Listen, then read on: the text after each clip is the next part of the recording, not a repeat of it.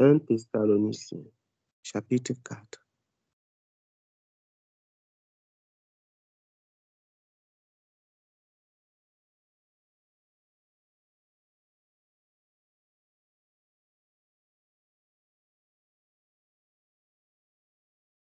Ah Seigneur. Nous allons lire à partir du verset 1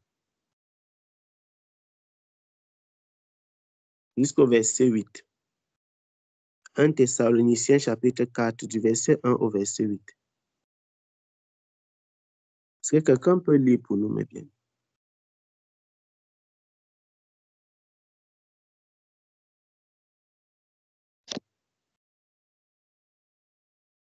Au reste, frères, puisque vous avez appris de nous comment vous devez vous conduire et plaire à Dieu, et que c'est là ce que vous faites, nous vous prions et nous vous conjurons au nom du Seigneur Jésus de marcher à cet égard de progrès en progrès.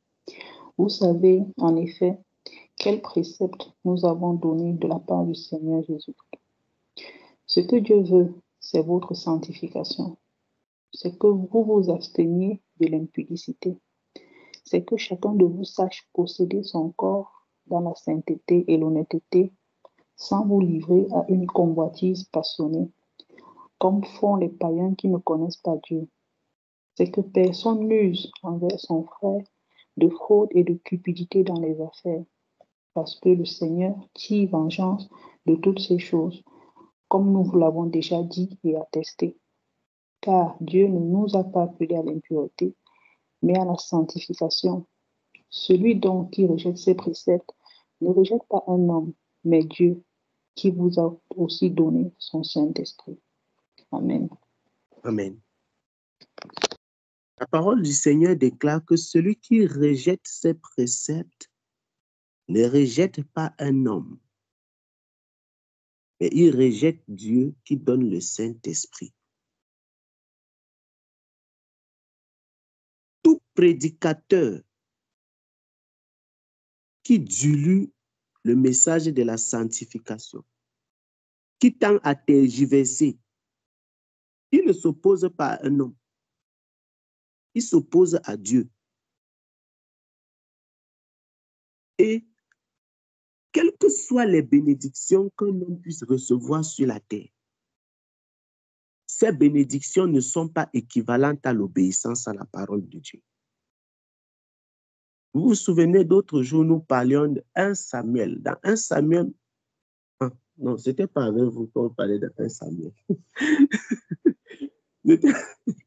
Dans 1 Samuel chapitre 15, désolé, dans 1 Samuel chapitre 15, je partageais avec certains autres, avec d'autres bien-aimés l'autre jour.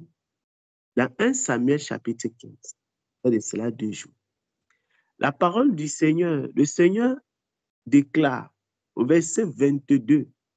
Quelqu'un peut lire le verset 22 et 23 de 1 Samuel chapitre 15, s'il vous plaît. Vu que ce n'est pas ici.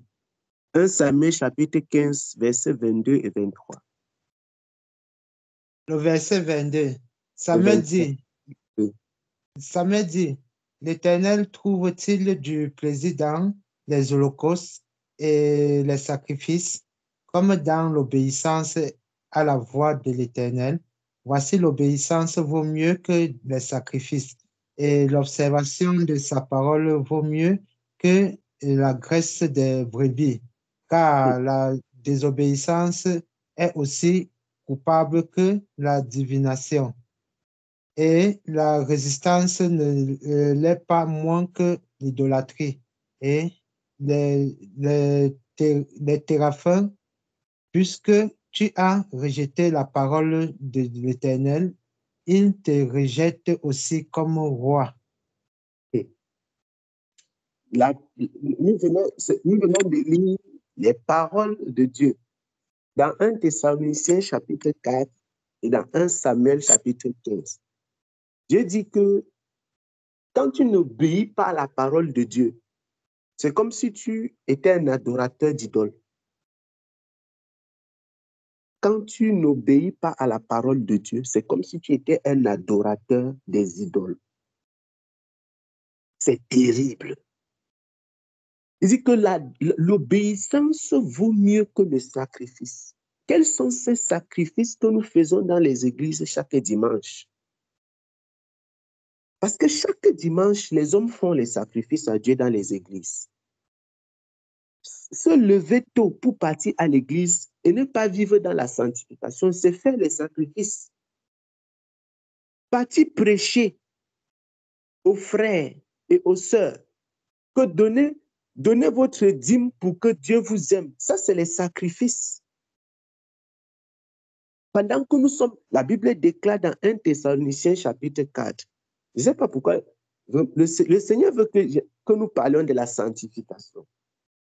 La parole dit ce que Dieu veut. Ça, c'est le Saint-Esprit. Hier, Papa Jean-Claude disait, c'est poussé par le Saint-Esprit que les hommes ont parlé de la part de Dieu. C'est poussé par le Saint-Esprit que les hommes ont parlé de la part de Dieu. Toute parole qui émane de ce souffle-là est une parole de la vie. Et le Saint-Esprit a déclaré dans 1 Thessaloniciens au chapitre 4, ce que Dieu veut. Il faut que chacun d'entre nous souligne dans sa Bible, dans son cœur, parce que quand on souligne souvent dans la Bible, là, on oublie de souligner dans notre cœur.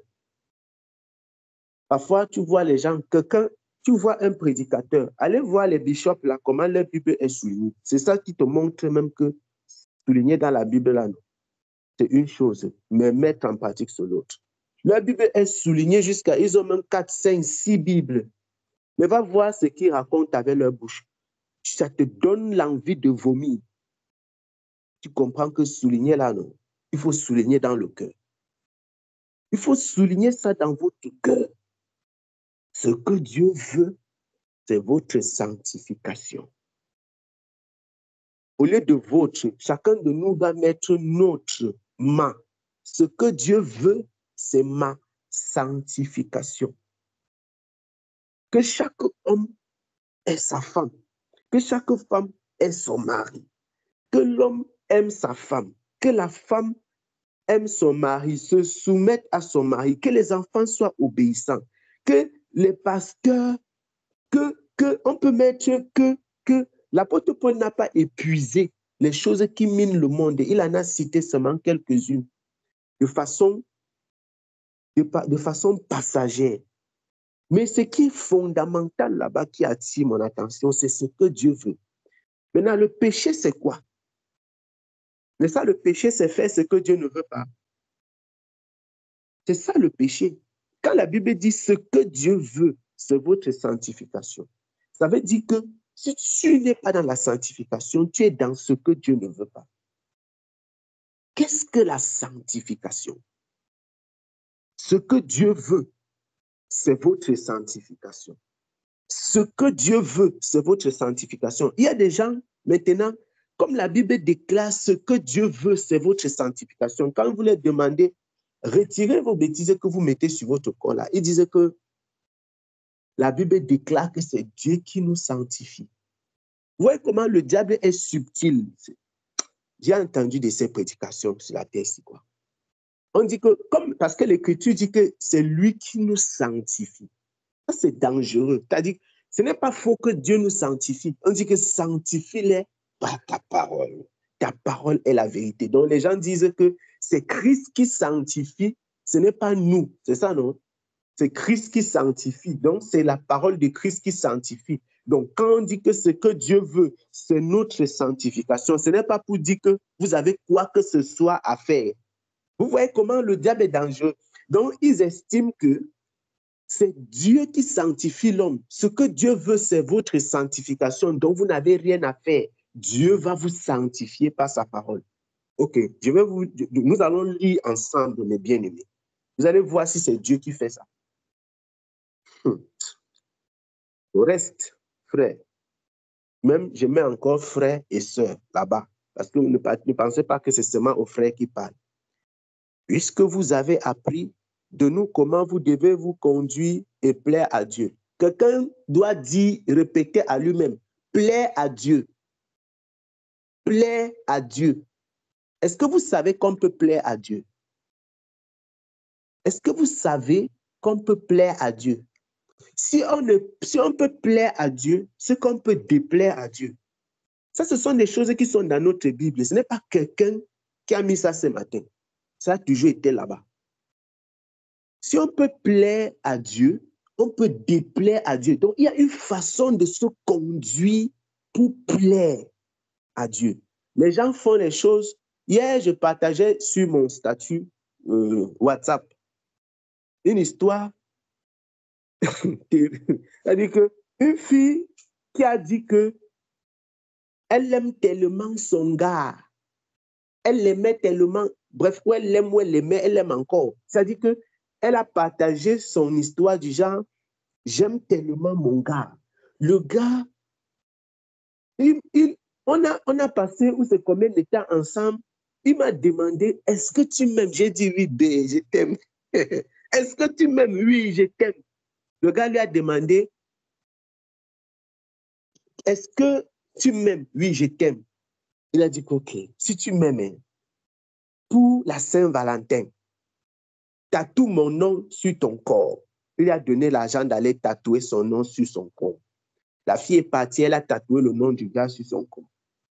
Une semaine après, elle voit, on a publié l'image de la dot, que le gars n'a pas doté une fille et il s'est marié en avril. La lecture de l'heure. Voilà ce que les hommes sont capables de faire pour plaire. Je prends cet exemple parce qu'elle a fait ça pour plaire. C'est-à-dire que quand le gars va me voir, il va voir son nom sur mon corps. Non, sa tête va jeter l'air. C'est-à-dire qu'il va encore m'aimer plus. Voilà comment les gens veulent plaire aux gens. Reste, frères et sœurs, puisque vous avez appris de nous comment vous devez vous conduire et plaire à Dieu. Donc, il y a des gens que quand Dieu voit, si Dieu vomissait, quand il les voit, la nausée monte. Je ne suis pas en train de blaguer. Il y a une façon de plaire à Dieu, il y a aussi une façon de l'énerver. Il y a une façon de... Il y a des gens vraiment, si on plaît à Dieu, c'est qu'on peut aussi, il peut avoir le dégoût. Vous pensez que Dieu n'a pas le dégoût? C'est la grâce seulement qu'il faut, on est debout, on marche là, les gens font les bêtises, n'importe comment, le Seigneur laisse. Le même Dieu de Genèse, c'est lui qui est là maintenant. Et il avait dit une fois que j'ai envie de détruire ces gens. C'est parce que le Seigneur est fidèle à sa parole. Il a dit que je ne vais plus détruire. C'est qu'il a déjà détruit fatigué. Détruit fatigué. Les gens restaient, ils disaient que je ne me sens plus homme. Je me sens maintenant femme. N'importe quoi. Plaît à Dieu et que c'est là ce que vous faites. Nous vous prions et nous vous conjurons au nom du Seigneur Jésus de marcher à cet égard de progrès en progrès. Soulignez encore dans votre cœur, la sanctification, c'est de progrès en progrès. Donc, Dieu veut que tu ailles de progrès. Il y a des gens qui pensent qu'ils sont arrivés. Peut-être le jour où tu as abandonné la masturbation et la pornographie, tu penses que tu es arrivé dans la sanctification. Non. Maintenant, Dieu veut que tu avances. Il y a les sœurs qui pensent que comme elles portent les longues robes, elles ne doivent pas se couvrir la tête. C'est ça qu'il y a tout genre de doctrines dehors. Les gens pensent que la sanctification, c'est porter les longues robes. Donc, elles ne doivent plus se couvrir la tête. Il y a d'autres gens qui pensent que comme elles portent les longues robes et elles se couvrent la tête, elles peuvent se maquiller. Il y a tout genre dehors. Quelqu'un va se présenter sur Facebook, sur YouTube, elle dit que je suis prophétesse. Est-ce que vous avez déjà vu mes seins? Est-ce que vous avez déjà vu mon corps dehors? Je suis une femme sanctifiée, sanctifiée pour le Seigneur. Mais quand tu la regardes, c'est comme Kim Kardashian en longue robe.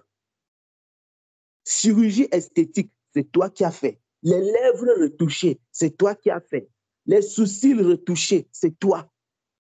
Mon frère, ou c'est mon frère, ou c'est ma soeur. Ça, c'est quoi? N'est-ce pas avoir la marque de l'ennemi sur toi? N'est-ce pas servir Dieu avec la marque de Satan? C'est quoi cette histoire? Vous voyez donc qu'on peut professer les choses avec notre bouche. La Bible déclare que c'est de progrès en progrès. La sanctification ne s'arrête pas. Ça ne finit pas. Tant que nous sommes debout, on va abandonner les choses pour le Seigneur. Peut-être pour l'instant, tu as quelque chose que tu fais. Mais un matin, le Seigneur te dit que la chose ici, là, non, ça ne me plaît pas. Tu prends, tu jettes. Parce que l'apôtre Paul a écrit, et le Saint-Esprit, c'est le Saint-Esprit qui était derrière, de progrès en progrès. Vous savez en effet quel précepte nous vous avons donné de la part du Seigneur. C'est ce que Dieu veut, c'est votre sanctification, c'est que vous vous absteniez de l'impudicité. Voilà la première chose qui détruit l'Église. Les gens sont mariés, ils partent dehors. Ils ne sont pas mariés, ils partent dehors. Les gens vivent n'importe comment. Les pasteurs cherchent les sœurs. Les sœurs cherchent les pasteurs, les sœurs cherchent les frères. Les gens regardent les femmes des gens dans les églises. Les gens, il y a l'homosexualité dans l'église. J'avais raconté une fois comment un chantre d'une église, fils de pasteur, m'a contacté parce qu'il n'en pouvait plus. Il voulait sortir de l'homosexualité. Voilà l'état de l'église.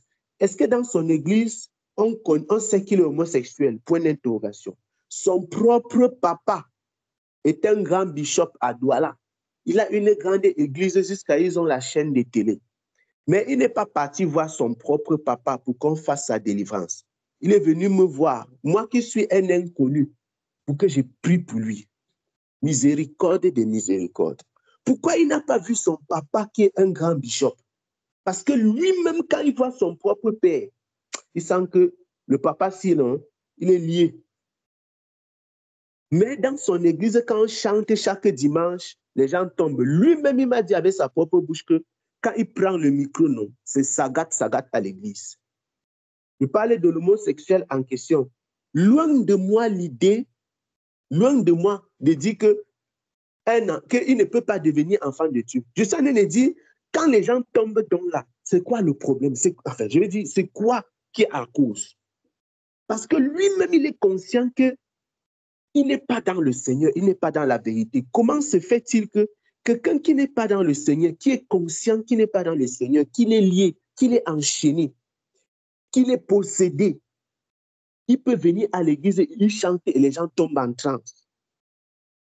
Vous comprenez qu'il y a des problèmes, mes bien-aimés. C'est pourquoi l'église a besoin du réveil. Nous avons d'abord besoin chacun de se réveiller lui-même.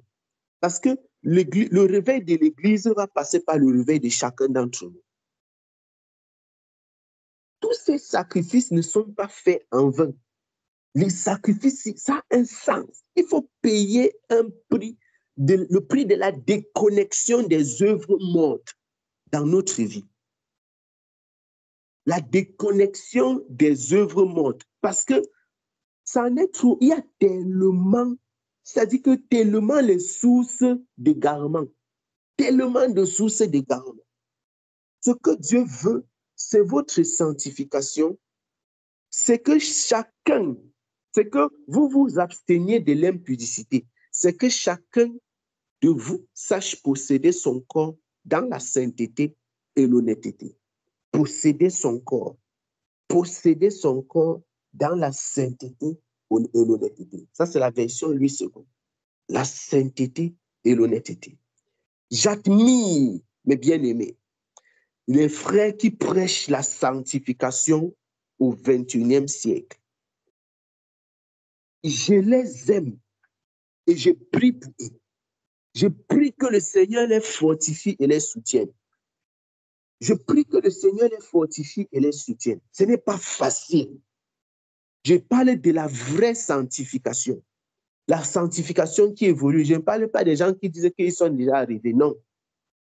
Les gens qui cherchent le Seigneur en sainteté, en vérité, qui ont un cœur pur devant le Seigneur et qui parlent sans regarder les yeux des hommes.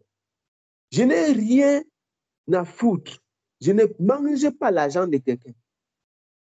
je ne prends pas les offrandes, je ne prends pas la dîme. Ce n'est pas pour me vanter. Comme l'apôtre Paul dit, toujours aux Thessaloniciens, il dit que j'ai fait ça. C'est dans le chapitre suivant, dans 1 Thessaloniciens, chapitre 5. Il dit que je suis venu chez vous, j'ai travaillé et je vous ai prêché l'évangile. Je travaillais et je vous prêchais l'évangile. Et je vous ai donné ça à titre d'exemple pour que vous puissiez vous aussi travailler et que chacun s'occupe de ses propres affaires. Ne passez pas le temps au quartier. Vous savez pourquoi? Parce qu'il y avait les frères dans l'église de Thessalonique qui étaient des responsables, les conducteurs, et qui avaient commencé avec l'histoire de Dieu m'a appelé en plein temps.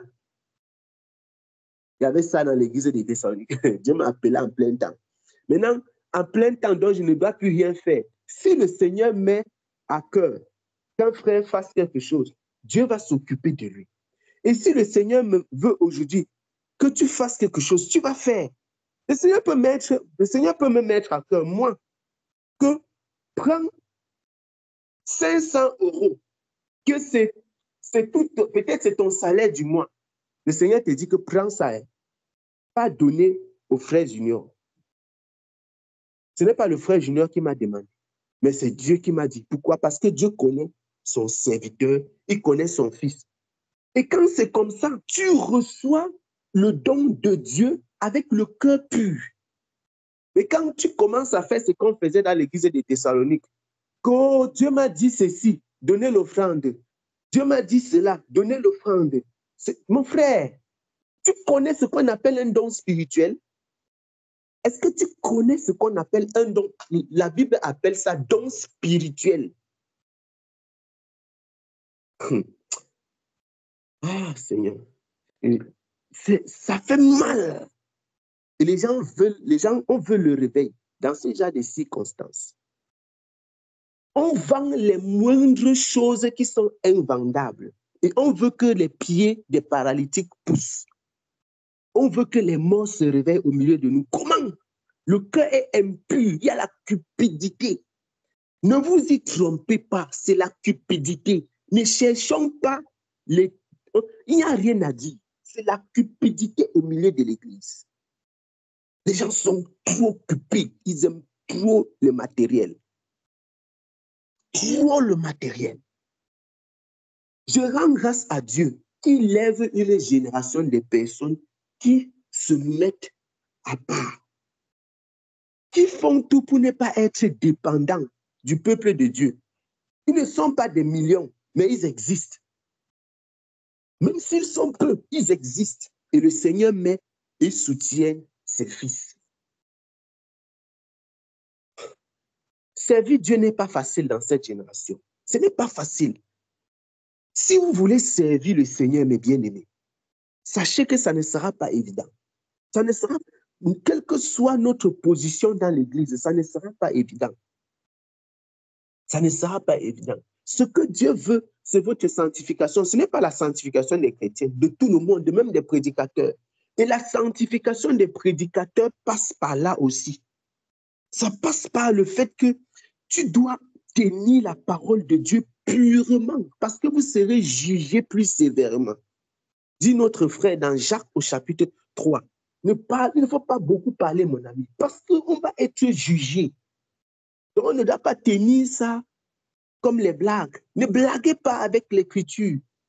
Ce que Dieu veut, mes bien-aimés, c'est notre sanctification. C'est que chacun sache garder son corps dans la sainteté et l'honnêteté, sans vous livrer à une convoitise passionnée comme le font les païens qui ne connaissent pas Dieu. Donc, on sait, il y a une description, une définition biblique des gens qui ne connaissent pas Dieu. On sait comment les gens qui ne connaissent pas Dieu vivent. Et beaucoup de chrétiens vivent comme des gens qui ne connaissent pas Dieu. Comment donc Dieu les connaîtra? C'est que personne n'use envers son frère de fraude et de cupidité dans les affaires. Parce que le Seigneur tire vengeance. Vous entendez ça? Le Seigneur tire vengeance. Il tire vengeance. Puis encore, quand les gens vendent les dons spirituels, si Dieu tire vengeance, imaginez-vous, un frère vient me voir, il me dit que, pardon frère, je veux 50 €. Je te remets ça demain matin. Je te remets ça le mois prochain. Je lui donne les 50 € que j'ai travaillé avec mon énergie, je ne sais pas, avec ma sueur. Il prend, il part avec. Demain, maintenant, il m'évite. C'est ce qu'on voit autour de nous. Demain, il me voit, il traverse la route, il change de direction. La Bible déclare que ça là, Dieu tire vengeance de ça. Vous entendez? Dieu tire vengeance du fait que tu es malhonnête envers un frère. Maintenant, à plus forte raison, si Dieu tire vengeance de ce qu'un homme est malhonnête envers un homme, à plus forte raison, Dieu va tirer vengeance de ce qu'un homme est malhonnête par rapport aux choses spirituelles. C'est-à-dire que Dieu a donné les dons spirituels. Si Dieu te donne un don spirituel et toi, tu utilises ça pour faire le commerce, à plus forte raison, Dieu tirera vengeance. Après, on dit que tel prédicateur est tombé, il est mort. Telle personne a fait ceci. L'apôtre Paul, c'est à raison que l'apôtre Paul dit dans 1 Corinthiens 11 là-bas, que certains sont morts parce qu'ils prennent les choses du Seigneur avec la blague. Ils jouent avec les choses de Dieu. Ils s'amusent avec. C'est vrai, certains, c'est vraiment les dons spirituels. Ce n'est pas le fake don spirituel. Ça peut, pas dans tous les cas. Parce que dans certains cas, moi, j'ai été témoin des gens qui prophétisaient avec l'esprit de démons, avec l'esprit de python. Et quand le Seigneur les a visités, ils ont été délivrés, ils n'avaient plus les visions et les songes. Et ils passaient le temps à prophétiser. Et certaines de ces prophéties étaient vraies, d'autres étaient fausses parce que c'est comme ça. Et certaines étaient très accurate, comme les anglophones disent. C'était clair, c'était propre. Les gens étaient contents. Oh, je vois ceci, je vois cela, les gens tapent les mains. Et je vois ceci, on tape les mains, on donne les offrandes. Le jour où le Seigneur te visite, bam, délivrance. On dit que vois encore, tu ne vois plus. Donc, il faut faire attention. On ne reconnaît pas un enfant de Dieu par les dons. On ne reconnaît pas un serviteur de Dieu par les miracles. On les reconnaîtra à leurs fruits. On les reconnaîtra à leurs fruits. Et nous devons avoir le fruit de la vérité, mes frères. Si nous voulons servir le Seigneur, nous devons avoir le fruit. Nos cœurs doivent être purs. Depuis que nous crions pour le réveil, tout ce qui monte dans mon cœur, c'est Seigneur, sanctifie-nous. Je vous assure, si le Seigneur vous sanctifie dans cette génération, vous aurez le Saint-Esprit, même si vous ne demandez pas. Moi, je vous lance un défi dans cette génération. Demandez à Dieu, Seigneur, sanctifie-moi. Et si Dieu te sanctifie, ne te donne pas le Saint-Esprit, tu viens me voir. Parce que Dieu ne peut pas sanctifier un homme pour rien. Je vous le dis, là, si vous n'êtes pas sanctifié, ayez tout ce que vous pouvez avoir. Vous êtes un impur et vous ne plaisez pas à Dieu. Donc, les gens courent, ils courent, et c'est comme ça qu'on fabrique les dons spirituels. On peut voir les marabouts, on peut voir la reine de Dieu.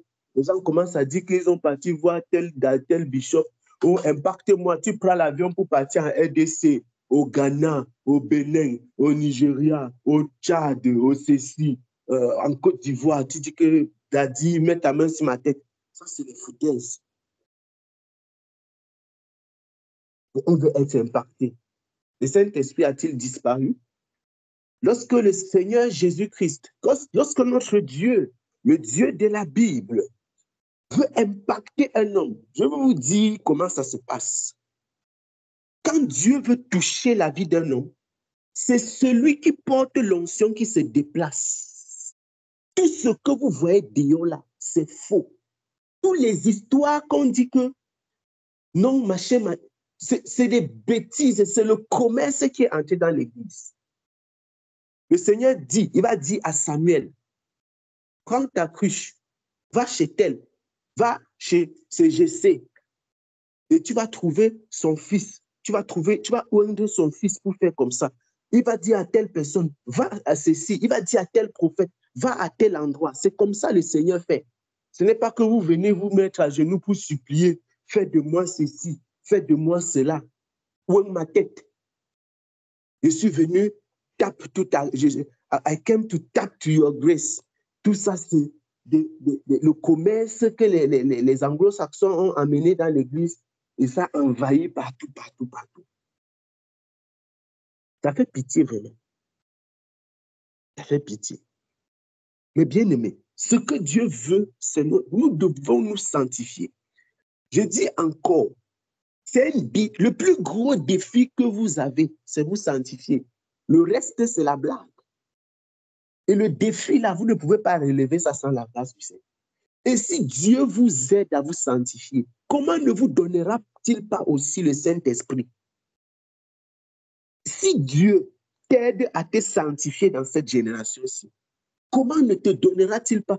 Parce que l'apôtre Paul dit dans cet acte que séparez-vous de cette génération perverse.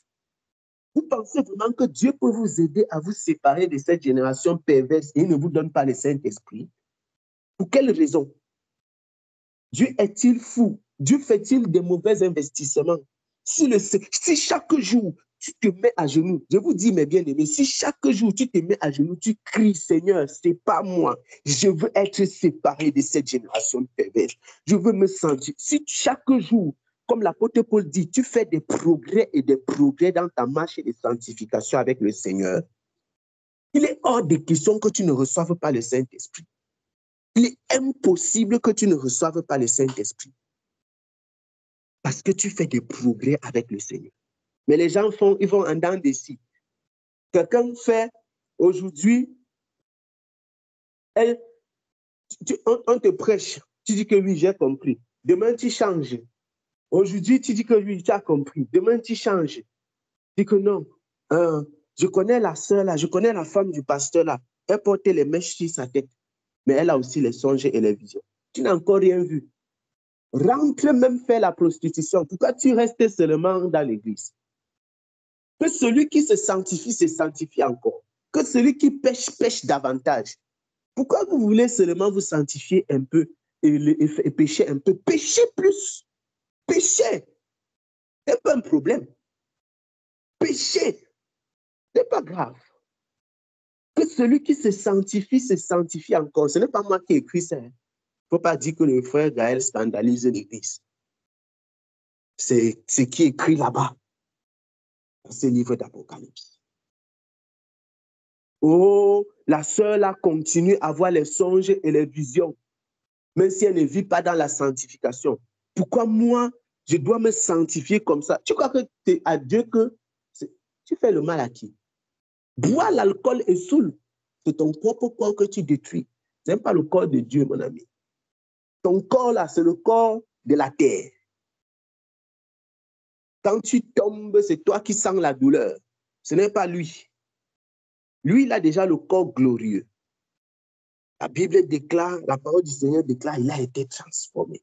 Il est les prémices de l'Église. Fais ce que tu veux. Ça te regarde. Tu viendras en jugement. Donc, il faut faire très attention. Ce n'est pas parce que ce que nous faisons, c'est pour plaire au Seigneur que ce que nous faisons, c'est pour son bien. Non. C'est pour ton bien à toi aussi. Et quand le Seigneur va vous utiliser, vous serez content. Vous serez content. Moi, je préfère tenir ferme dans la parole de Dieu, dans la sainteté, dans la pureté, dans l'amour, et ne même pas avoir les dons spirituels, que d'avoir les faux dons spirituels et raconter des bêtises aux gens et vivre n'importe comment, et faire les clins d'œil aux sœurs, et prendre l'argent des gens pour manger. Je préfère ne pas avoir les dons spirituels et être sain et pur dans toute ma conduite que de manifester les dons. Ça ne veut pas dire que les dons ne vont pas venir, ou bien qu'il n'y a pas les dons. Parce qu'on a ça. Nous avons. C'est déposé là. Le Seigneur en use selon son bon plaisir. Donc, je répète encore, je préfère être un Jean-Baptiste que personne ne connaît ses prophéties. Je préfère être ce genre de prophète que de faire n'importe quoi, vivre n'importe comment, monter, descendre. Les gens ont les témoignages, mais ta propre vie, c'est des foutaises. On entre dans les téléphones des sœurs. on voit les messages que tu as envoyés aux gens. C'est quoi ces histoires? On dit qu'on est dans l'église. Avoir de l'envie dans le cœur, de la cupidité, vivre n'importe comment. Aujourd'hui, les gens sont sanctifiés. Demain, ils sont désanctifiés. Je ne sais même pas si ça existe. Aujourd'hui, ils font. Demain, ils changent d'avis. Demain, ils disaient que non. Aujourd'hui, tu vois quelqu'un il avait décidé de ne plus faire quelque chose. Il a avancé jusqu'à un niveau. Après, tu vois, il fait marche arrière. Tu fais marche arrière, pourquoi? Il dit que telle personne, tel prédicateur, telle prédicatrice. Il ne faut pas seulement faire marche arrière seulement un peu. Il faut rentrer même jusqu'au fond. Il faut rentrer jusqu'au fond. Parce que ce n'est pas pour le plaisir de Dieu. Ce n'est pas parce que, comme Dieu, ça lui plaît que tu te sanctifies. Et c'est à lui que tu faisais du bien. C'est à toi que tu faisais d'abord le bien. Disons-nous, mes bien-aimés, dites-vous, disons-nous, si nous sommes des instruments dans la main du Seigneur, c'est d'abord pour notre propre bien.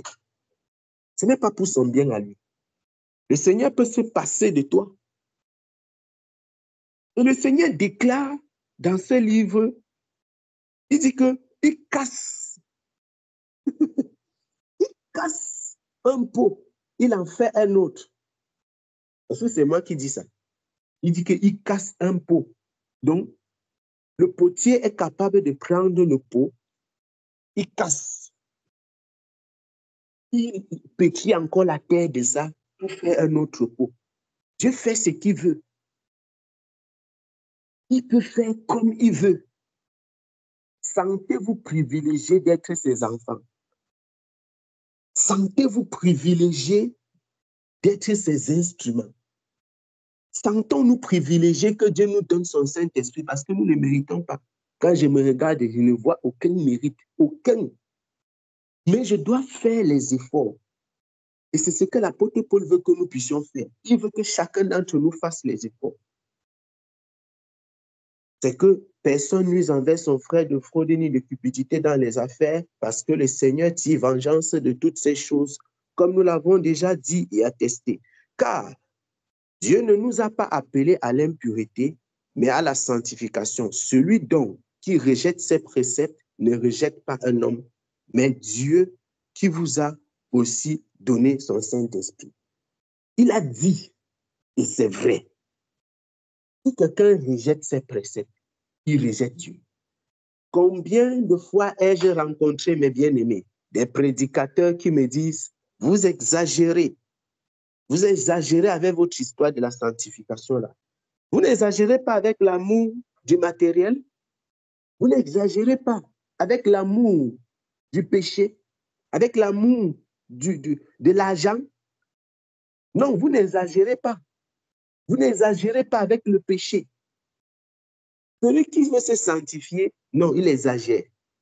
Celui qui veut aimer, qui veut suivre les voies du Seigneur, non, il exagère. Il en fait trop.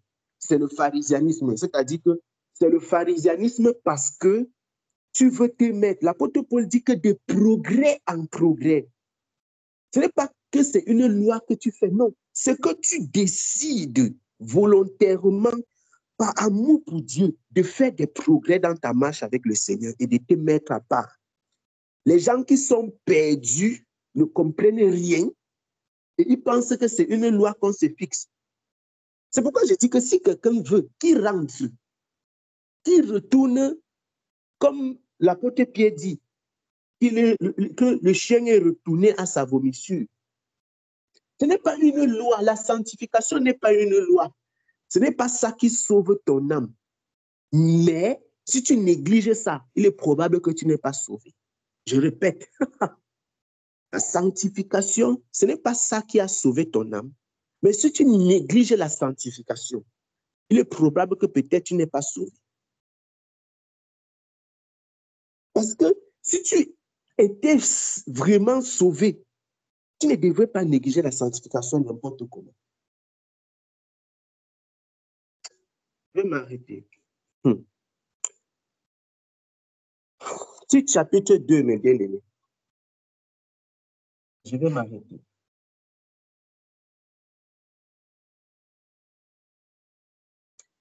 Nous avons voulu, en ce matin, et c'est le Seigneur conduisant, ramener ces choses qui sont des choses simples, mais qui créent la confusion dans le cœur des hommes. Et j'aimerais que ça soit su, connu dans votre cœur, que ce soit assis. Nous allons et nous devons marcher dedans. Si nous voulons plaire au Seigneur, si nous voulons servir le Seigneur. Le reste, c'est LN de 1. Petit chapitre 2. Petit chapitre 2, je crois. Petit. Chapitre 2.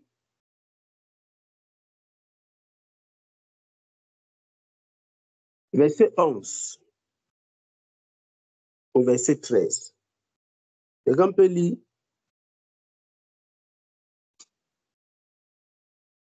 Petit chapitre 2, verset 11 à 13.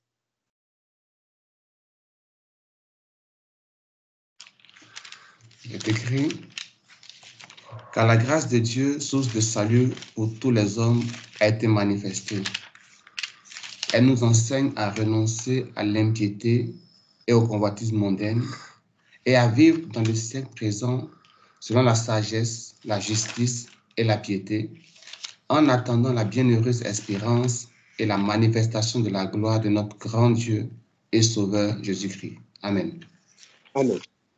Donc, le Saint-Esprit, l'Esprit de la grâce, c'est lui l'Esprit de la grâce. L'Esprit de la grâce dit par son serviteur Paul que la grâce de Dieu, source de salut, donc on est sauvé par la grâce, par le moyen de la foi. Cela ne vient pas de nous. Il dit que la grâce de Dieu, source de salut, a fait comment? A été manifestée. Donc la grâce a été manifestée pour faire quoi? Elle nous enseigne à renoncer à... Donc, les gens qui sont sauvés là, il y a un enseignant qui est dans leur vie, c'est la grâce. Vous entendez ça? Les hommes qui sont sauvés ont un enseignant dans leur vie, c'est la grâce. Chaque jour, quand tu te regardes au miroir, tu dis miséricorde et des miséricordes. Tu parles comme mon frère Paul, qui me sauvera de ce corps de mort. Je ressens dans mon corps le péché existe encore. Tu as envie de déchirer ton corps à cause du péché. C'est la grâce qui fait ça. Chaque fois que tu te regardes et que tu sens qu'il y a encore la haine dans ton cœur, il y a encore la colère, il y a l'animosité, tu dis, tu veux déchirer ton... Pourquoi? Parce que la grâce de Dieu, les gens disaient, quand les gens n'ont rien compris à la grâce, ils racontent leur vie. Les hommes qui sont sauvés ont un enseignant qui s'appelle la grâce. Ce n'est pas la loi. Vivre la sanctification rigide, ce n'est pas la grâce. Ce n'est pas la loi. C'est que la grâce est tellement forte en toi que tu n'arrives pas à vivre n'importe comment. Vous comprenez ça? C'est-à-dire que l'homme se sanctifie parce qu'il dit que Seigneur, quand je vois le prix que le Seigneur a payé, il a donné sa vie. On est là, on raconte des bêtises. Donner sa vie. Quand on coupe seulement ton doigt, tu vas savoir de quoi il est question. Ton petit doigt, on appelle ça quoi, les mignols. Hein? Quand on coupe ça, tu vas savoir. Seulement l'ongle de quelqu'un. Vous avez déjà eu le panari. De toute façon, le panari fait mal, mon frère. Tu cries partout au quartier. Waouh, waouh, waouh. On a tué quelqu'un, il était vivant, on l'a tué vivant. Je ne sais pas comment tu as dit qu'il était debout comme ça, vivant, on l'a tué, il a perdu sa vie. Les gens blaguent. La Bible déclare que la grâce de Dieu, source de salut, est un enseignant. Voilà pourquoi nous vivons dans la sanctification matin, midi, soir. Comme le pouce-pion, un peu, on est dans la sanctification. Moment après moment. Et la sanctification, là, ça va crescendo. Ça va en évoluant. Parce que la grâce enseigne. Elle vous enseigne à faire quoi? À renoncer à l'impiété, au convoitisme mondain, à vivre dans ce siècle, pas dans le siècle d'hier, dans ce siècle. Est-ce qu'il y a un siècle qui est encore plus concernés par ce message que notre siècle. À vivre dans ce siècle présent selon la sagesse, la justice et la piété. Voilà 3 choses auxquelles, en concluant, je nous appelle à méditer. Nous devons vivre selon quoi? La sagesse, la justice et la piété. Chacun d'entre nous doit partir méditer. C'est quoi vivre avec la sagesse, la justice et la piété? En faisant quoi? En attendant la bienheureuse espérance et la manifestation de la gloire du grand Dieu et de notre Seigneur, de notre Sauveur Jésus-Christ. Les gens attendent seulement, ils disent, je suis sauvé. Je suis sauvé par la grâce. Je n'ai rien à faire. Je ne fous rien. Tu es sûr? Tu es sûr que tu es sauvé? Est-ce que tu es sûr d'être sauvé? Je doute. Je doute. Parce que si tu avais reçu le salut par la grâce là, je doute que tu allais vivre n'importe comment. Est-ce que tu es sûr d'être sauvé? Avant de résister ainsi à la vie de sanctification, à la volonté de Dieu, et tu offres les sacrifices. L'obéissance vaut mieux que le sacrifice, mes bien. L'obéissance vaut mieux que le sacrifice. Si la grâce de Dieu t'a sauvé, comment ne puisse-t-elle pas t'enseigner à sortir de l'impiété alors qu'elle enseigne ça à tous les enfants de Dieu? C'est des questions qu'il faut se poser. Si tu as été sauvé par la même grâce, pourquoi cette grâce n'arrive pas, ne parvient pas à t'enseigner? Point d'interrogation. Que le Seigneur nous vienne en aide. Seigneur, viens nous en aide.